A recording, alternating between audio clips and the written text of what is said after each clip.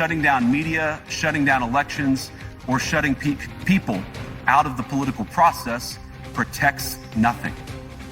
In fact, it is the most surefire way to destroy democracy. Welcome back to State of the Union. My panel is with me now. So he says shutting down the media is a way to destroy democracy. As he was saying that here in the United States, the president and the White House banned the Associated Press from the Oval Office and Air Force One indefinitely for referring to the Gulf of Mexico as that, as opposed to the Gulf of America. And that's not even getting into signing an executive order that banned discussion of DEI or transgender issues, and the list goes on. Congresswoman?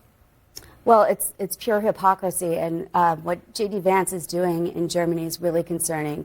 We have seen a spike in anti-Semitism in the United States. Just in New York, my home state, we had shocking incidents at Columbia. We have students afraid to go to school. The Anti-Defamation League has called out ADF, and J.D. Vance is embracing a group that flirts with Nazism. It's really, really disturbing. ADF, the far-right party. The far-right party in Germany. Now, I'm sorry. He's not flirting with Nazism. What he's talking about here, what Vice President Vance is talking about, is the censorship and the manipulation of elections that have been happening in Europe. It's been happening on this side of the pond. He is correct. He is 100% correct on this. And if we want free, fair elections, people got to stop meddling. So should it let the Associated Press back in the White House?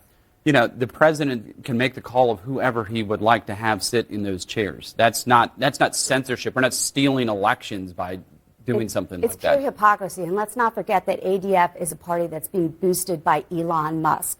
So he's helping support Elon Musk do regime change in Germany. You wrote about J.D. Vance this week. I did. I believe that J.D. Vance is extremely likely to be the next Republican nominee for president, and it's because his position in terms of taking a tougher stance when it comes to when we engage and provide resources around the world, when it comes to his stance around sort of social and cultural issues, he has found a way to connect with the newer generation of Republicans in a way that's pretty striking. He's very good at using social media to deliver his message. And so I really believe that whether you like him or not, he is very much the inheritor of the Trump mantle and is going to carry it on forward. And when he goes somewhere like Europe and he's critical of Europe's own policies toward their own people, I mean, it did so in the shadow of a woman and her 2-year-old daughter being killed by an Afghan refugee over in Munich. I mean, when you see a party like the AfD potentially going to make gains in the German elections, it's not because of somebody like a J.D. Vance flirting with Nazism. It's because the public in Germany is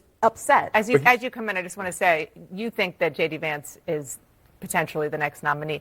Trump is not ready to say that yet. Trump is not ready to say that. And I got to tell you, it's tough to be the vice president. It's a really tough job to elevate yourself to the White House. I know something about that, having seen somebody do it up close.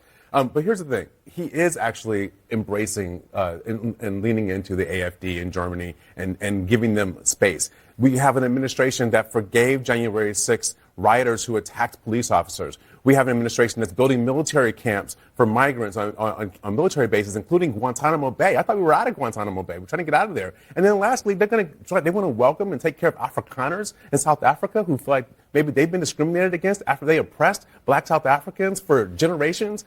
I just think that the trend line of this administration, and we're not even talking about Elon Musk's hand signals, right? The trend line of this administration is one that's away from liberty, freedom, and all the values and justice that this country is supposed to stand for around the world. People respect us, they admire us, and they want to be one of us. And that's not the administration we're leaning into right now around the world. Thank you. We're going to have to leave it there. Before we go, I just want to ask, do you think that your governor, Kathy Hochul, should remove Mayor Adams from his job? I think Mayor Adams is not above the law. I think that he's distracted. He's worrying about what's going on, and I think she should remove him, yes. Okay. Thank you. Thanks to all of you. Great discussion. So what are we going to be talking about next week? That's next.